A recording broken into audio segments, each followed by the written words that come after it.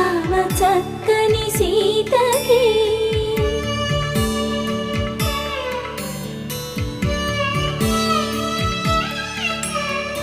ఎర్ర జాబిలి చేయి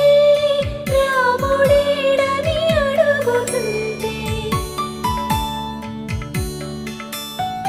చూడలేదని పెదవి చెప్పే చెప్పలేమని కనులు చెప్పే నల్ల పూసై